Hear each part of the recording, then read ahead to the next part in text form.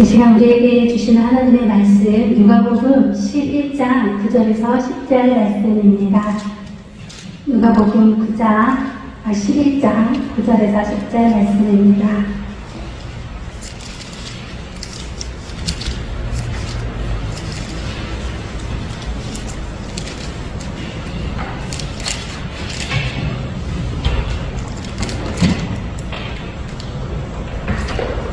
네, 함께 읽도록 하겠습니다. 내가 또 너희에게 이르노니 구하라 그러면 너희에게 주실 것이요 찾으라 그러면 찾아낼 것이요 문을 두드리라 그러면 너희에게 열릴 것이니 구하는 이마다 부를 것이요 찾으면 찾아낼 것이요 두드리는 이에게는 열릴 것이니라. 아멘. 할렐루야. 주일날 이렇게 성도님들 뵙고 이렇게 또 주중에도 뵈니까 더 반갑고 너무 좋은 것 같습니다. 거리도 좀 멀어도 힘든 걸음이었지만 이렇게 와서 뵈니까 이제는 좀 저희 집에 온 것 같은 느낌처럼 우리 권사님 장로님들이 더 이제 정말 제가 좀 세계 가족이 된 것 같은 그런 느낌이 더 들면서 오늘 수요일에 오니까 더 좋습니다. 네, 오늘 이제 말씀은 문제를 풀어가는 방식을 기도입니다라는 제목으로 말씀을 함께 나누고자 합니다. 예수님은 하나님의 아들이십니다. 예수님은 이 땅에 오셔서 온갖 기적과 능력을 베푸시는 능력의 소유자이셨습니다. 그런데 예수님은 공생애를 시작하실 때 40일 금식 기도를 먼저 시작하시고 공생애를 시작하셨죠. 예수님께서 공생애 기간 내내 새벽 4명에 한적한 곳에 가셔서 기도를 하시고 그렇게 늘 기도로 하루를 시작하셨던 것을 보게 됩니다. 그래서 예수님께서는 또 12제자를 뽑으실 때도 밤새 기도를 하시면서 그렇게 기도해서 제자들을 세우신 분이 우리 예수님이시죠. 그렇게 예수님께서는 또 오병이어 기적을 비롯해서 죽은 사람을 살리실 때도 그렇게 기적을 행하실 때마다 언제나 앞부분에 먼저 기도가 선행되셨던 것을 보게 됩니다. 예수님은 십자가를 지실 때 겟세마네에서 그렇게 정말 땀이 피가 될 정도로 그렇게 간절히 기도하셨죠. 그렇게 우리 예수님께서는 기도하셨습니다. 그래서 예수님은 이 땅에 계실 때 기도가 정말 예수님의 거룩한 습관이셨던 것을 보게 됩니다. 그래서 예수님은 습관을 따라 감람산에 기도하러 가셨다라고 하는 것처럼 예수님에게 있어서 기도는 거룩한 습관이셨다라는 것을 보게 되죠. 예수님이 3년이라는 짧은 공생의 기간에 집중하셨던 것이 기도 생활이었다라는 것은 우리에게 얼마나 많은 도전을 주는 내용인가라는 것을 생각해 보게 됩니다. 그렇게 기도로 삶을 사셨던 예수님이 오늘 제자들에게 또 우리에게 기도하라고 기도를 가르치시는 겁니다. 사실 오늘 본문의 앞부분과 뒷부분도 좀 읽었어야 하는데 오늘 읽은 그 앞부분에는 제자들이 예수님께 기도를 가르쳐달라고 말씀 그런 내용이죠. 그래서 주기도문을 가르쳐 주시죠. 그리고서 이제 또 여행 간 친구가 왔을 때 떡을 이제 달라고 잠을 자는 친구에 가서 떡을 이렇게 구워달라고 하는 그런 내용이 있으면서 이 기도의 이 말씀이 있는 건데 그래서 저는 이제 오늘 이 기도에 대한 말씀을 하고자 그 부분만 이제 말씀을 나누고자 하는 건데 이 11절 9절에서 내가 또 너희에게 이르노니 구하라 그러면 너희에게 주실 것이요 찾으라 그러면 찾아낼 것이요 문을 두드리라 그러면 너희에게 열릴 것이니 또 10절에 구하는 이마다 받을 것이요 찾는 이는 찾아낼 것이요 두드리는 이에게는 열릴 것이니라. 이렇게 기도를 가르쳐 주신 분이 예수님이시다 이렇게 볼 수가 있지요. 그래서 우리 성도들의 신앙생활에서 기도가 잘 되면 나머지 다른 일들이 잘 되어져 있다라는 겁니다. 여러분이 우리 성도님들께서 지난 신앙생활을 되돌아보시면 어떠셨는지, 기도 생활이 잘 될 때 모든 일이 잘 되어졌던 것을 경험해 보시지 않으십니까? 반면에 또 기도 생활이 잘 안 되면 또 나머지 일들도 잘 안 되는 경향이 있으셨으리라 생각되어집니다. 그렇게 신앙생활에 기도는 정말 중추가 되는 게, 우리 신앙생활의 중추가 되는 게 기도 생활이라 할 수 있을 것입니다. 마태복음 6장에서는 기도를 일컬어 너는 기도할 때에 내 골방에 들어가 문을 닫고 은밀한 중에 보시는 내 아버지께 기도하라. 은밀한 중에 보시는 내 아버지께서 갚으시리라 이렇게 말씀하시죠. 기도 생활을 골방 생활이라고 표현합니다. 우리는 두 가지 생활을 하고 있는데, 골방 생활은 은밀하게 드러나지 않는 생활이지요. 일상의 바깥 생활은 사람들 앞에서 드러나는 생활이다 이렇게 말할 수 있지요. 그래서 골방 생활이 든든한 사람이라야 드러난 골방 생활이 든든한 사람이라야만이 바깥 생활에 승리가 있게 되고 또 열매가 있게 되고 이렇게 되는 줄 믿습니다. 그래서 골방 생활이 잘 되는 사람이 바깥 생활이 잘 된다 이렇게 말할 수 있는 거죠.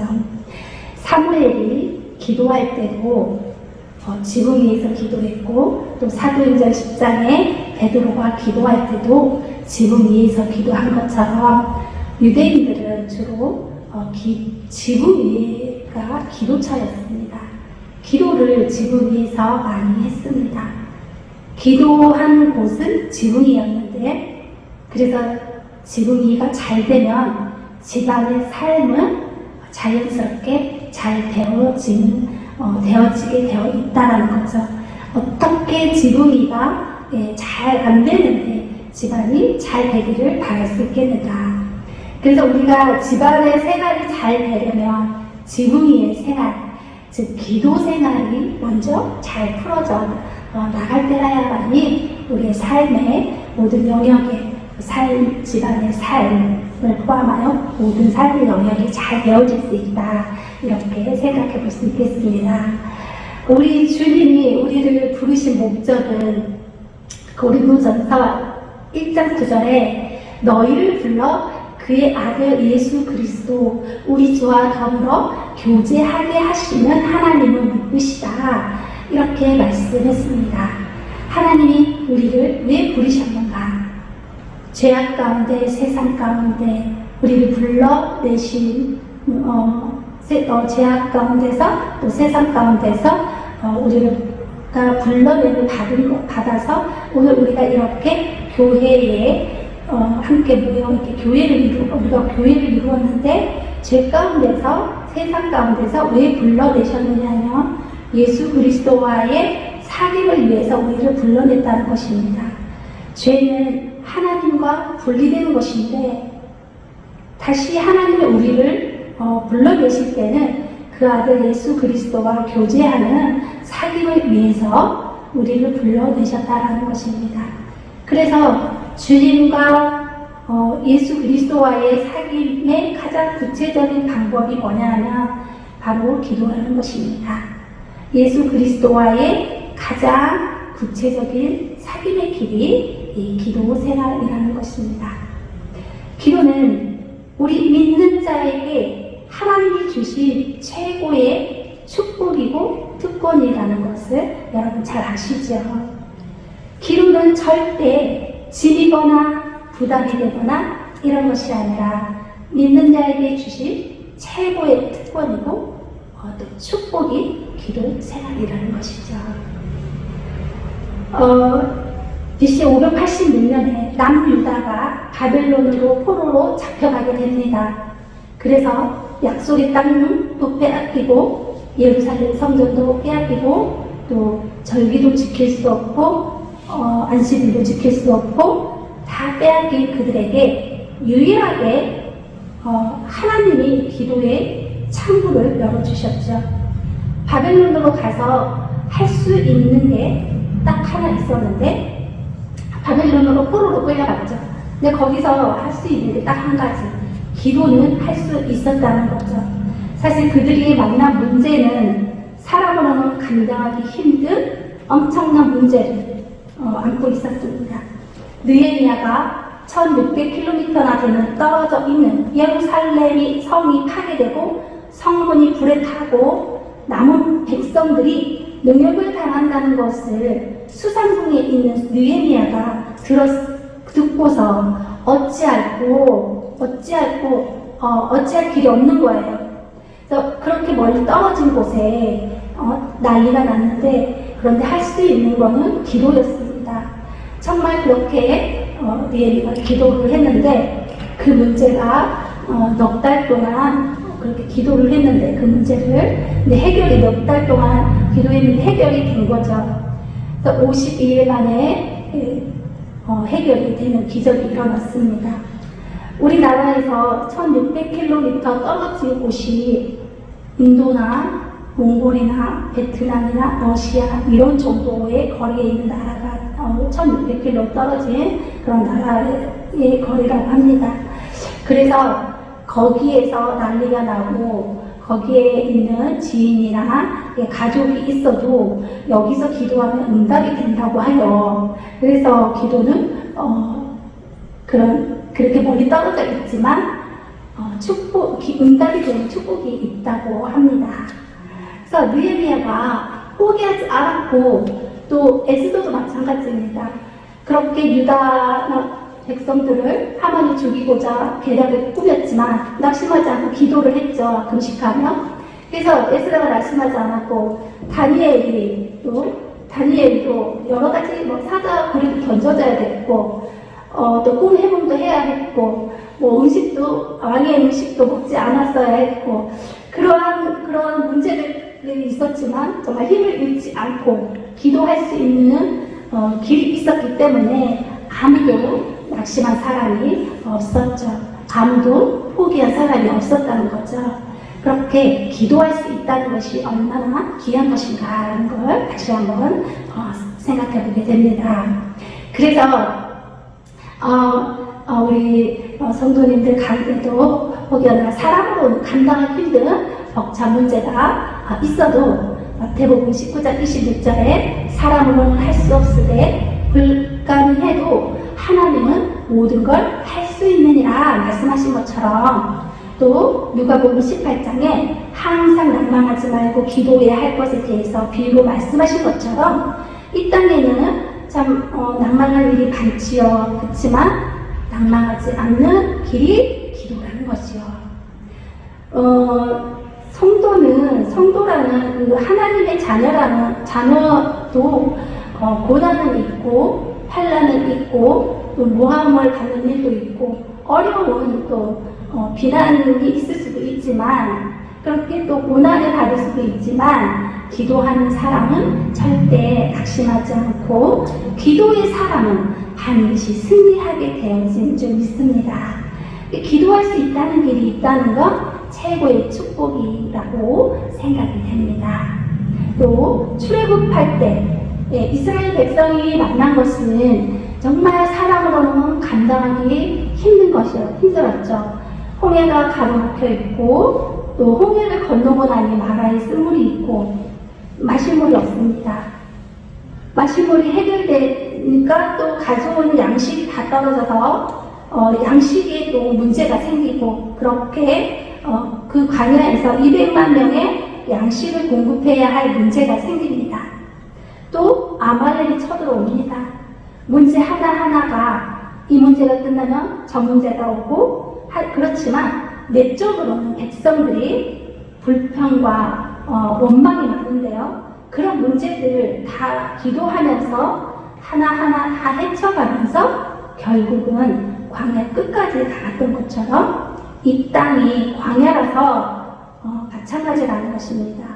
이스라엘 광야에 갈 때 홍해의 사건, 마라의 쓴물 사건, 또 만나의 사건, 아말렉의 사건, 불뱀의 사건, 온갖 사건들이 사이사이 일어나도 정말 주님 바라보면서 기도해 나갈 때 넉넉히 이겼던 것처럼 우리도 이 땅에 이런저런 문제 있어도 하나님이 살아계시고 기도할 창구가 열려져 있기 때문에 기도함으로 승리해가는 저와 여러분 되시길 주님의 이름으로 축복합니다. 또 사무엘 30장에 이렇게 시글락에서 아말렉이 쳐들어와서 다윗과 600명의 그 부하들의 가족을 다 포로로 잡아갑니다. 집은 다 불태워버리고 또 그들이 다 모두 잡아가고 불도 집을 다 불태워버리고 그래서 그들이 너무 기가 막히고 기가 차서 정말 울 기력이 없을 정도로 울었다라고 나옵니다. 이렇게 표현합니다. 울 기력이 없을 정도로 울었다. 근데 우리도 살다 보면 울 기력이 없을 정도로 울어야 될 기가 막힌 운동이나 수렁이에 빠질 때가 있지요. 그러나 그 상황에서 다윗은 하나님께 기도합니다. 하나님 뒤쫓아갈까요? 기도합니다. 그랬더니 하나님께서 쫓아가라. 그래서 출애굽해 갑니다. 그래서 하나님의 도우심으로 빼앗겼던 것 모두 다 되찾아오고 전리품을 산더미만큼 또 되찾아온 것처럼 때로는 정말 울 기력이 없을 정도로 기가 막힌 상황이 찾아와도 낙심하지 말고 기도해야 하죠. 우리가 가는 길에 늘 승리만 있겠습니까? 그리고 여리고 성의 그 날공불락의 그 성은 하나님의 말씀대로 순종하고 이겼지만 이 성에는 대패하고 또 우리가 가다 보면 승리도 있고 실패도 있는 거죠.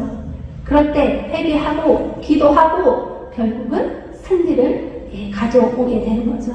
우리가 가는 길에 때로는 승리도 있고 실패가 있고 패배가 있을 때도 있지만 다시 주님 앞에 기도하고 회개하고 주님의 음성을 듣고 나갔더니 다시 승리하는 것처럼 그렇게 새로운 승리의 길들이 열려지는 것을 보게 됩니다. 믿음의 사람 앞에도 홍해는 있고 믿음의 사람이 가는 길에도 여리고성이 가로막고 있고 믿음의 사람이 가는 길에도 골리앗이 버티고 있고 그렇지만 결국 기도하고 믿음으로 갈 때 홍해는 갈라지고 여리고성은 무너지고 골리앗이 넘어지는 것처럼 우리가 가는 길에 홍해가 있고 여리고가 있더라도 기도함으로 승리하게 되어지시길 축복합니다.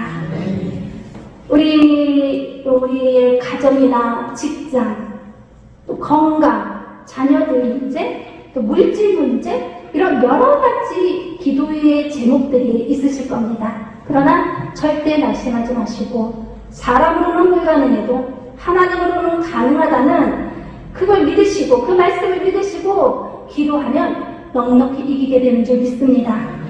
그렇기 때문에 시편 42편 11절에 다윗이 이렇게 내 영혼아 내가 어찌하여 낙심하며 어찌하여 내 속이 불안해하는가 너는 하나님의 소망을 들어 그가 나타나 도우심으로 말미암아 내 하나님을 여전히 찬송하리로다 라고 말하는 것처럼 우리가 이 땅에서 문제를 만나면 닥담이 되고 정말 불안해지죠.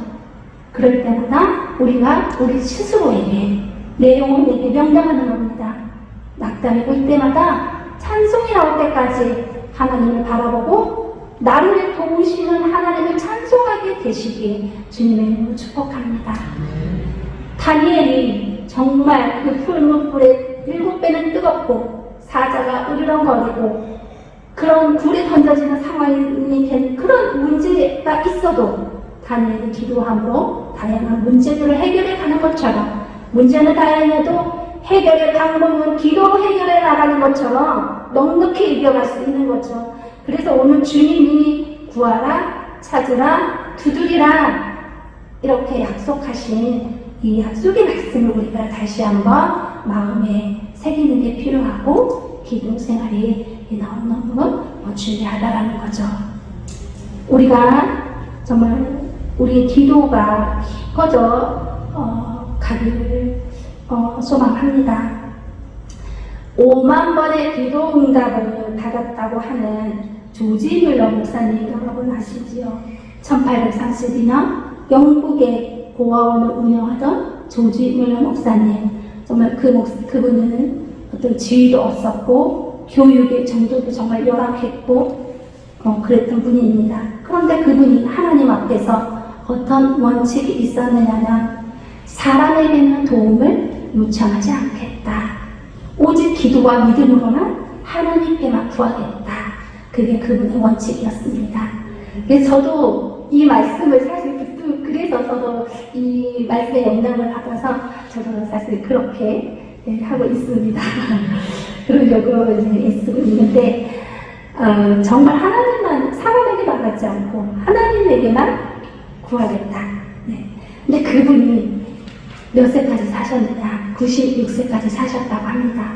그런데 그분이 96년을 회고하면서 회고록을 쓰셨는데 그 회고록에 이렇게 표현합니다. 한마디로 말해서 이렇게 표현하는데 하나님은 나를 실망시킨 적이 한 번도 없습니다. 그리고 이렇게 말합니다. 그분의 사역의 단 하나의 비밀은 기도였다. 이렇게 말하였습니다. 그리고 이렇게 말합니다. 이 땅에 단 하나의 빈곤이 존재한다. 그것은 기도의 빈곤이다. 이 땅의 사람들에게 한 가지 빈곤만 존재한다는 겁니다. 그런데 그 한 가지 빈곤이 뭐냐? 기도가 부족하다는 거죠. 기도가 부족하다는 거죠. 삶의 풍성한 승리는 기도로 온다. 이렇게 말했습니다. 이 조지 뮬러 목사님에게 또 영향을 받은 분이 중국의 유명한 선교사님 허리슨 테일러 선교사님이신데 그 선교사님도 이렇게 이 목사님의 영향을 받아서 정말 그 선교를 하는데 중국의 그 선교를 하는데 그 원칙으로 하셨다고 해요. 정말 사람에게 어필하지 않고 사람들에게 내가 이렇게 된다고는 힌트도 주지 않고 사람에게 구하지 않겠다. 오직 하나님께만 구하겠다. 그렇게 해서 그분으로 말미암아서 중국의 그 많은 영혼들이 정말 주 예수를 믿고 그렇게 된 선교 사역에 하나님께서 대쓰임을 받으셨던 분인데 이 지금 조지 뮬러 목사님의 인생에 이제 전환점이 오게 됩니다. 언제 전환점이 오느냐면 남들이 다 은퇴할 나이가 됐을 때 은퇴할 나이 70세에 하나님의 음성을 새롭게 듣게 됩니다. 70세에 하나님 음성을 듣고 96세에 소천하십니다. 그래서 26년 동안 이 조지 뮬러 인생에서 세계적인 영향을 끼친 때는 그 70세 이후였다고 합니다. 70세에 하나님의 음성이 들릴 때 이렇게 들렸다고 해요. 조지 뮬러야, 너 기도를 더 많이 해라. 이렇게 주님의 음성이 들렸다고 합니다. 이분은 5만 번의 기도 응답을 받을 정도로 틈만 나면 기도하는 사람이었습니다. 그런데 70세에 하나님이 나타나셔서 기도를 더 많이 해라. 이렇게 음성이 들린 거죠. 그때 조지 뮬러가 이렇게 반응합니다. 나와의 사랑의 관계에 있어서 하나님은 너무너무 욕심이 많으신 분이구나. 하나님은 나하고 사랑의 관계에 욕심이 많으신 분이구나. 이렇게 반응합니다. 그래서 그분이 70세부터 기도의 시간을 더 늘렸다고 합니다. 그래서 그분이 세계적인 사람들에게 정말 세계의 많은 목회자들과 성도들에게 정말 많은 영향을 끼친 것은 70세 이후부터였다고 합니다. 그분이 세상을 떠났을 때 1만 명의 조문객이 왔다고 해요. 그리고 그분이 이제 돌보셨던 고아의 숫자는 1만 명이고 또 12만 명의 교육 기회를 12만 명에게 교육 기회를 제공했고 117개 학교를 세웠다고 합니다. 그의 원칙은 사람에게는 도움을 요청하지 않는다. 오직 하나님에게만 도움을 요청한다. 그것이 그분의 성공 비결이다. 이렇게 말씀합니다. 이렇게 말씀하는 것처럼 기도의 사람이 없고 기도의 모범이 되어준 사람이다 라는 거죠. 그래서 결론으로 하나님이 기도하면 기도의 모범을 보여줬는지 모릅니다.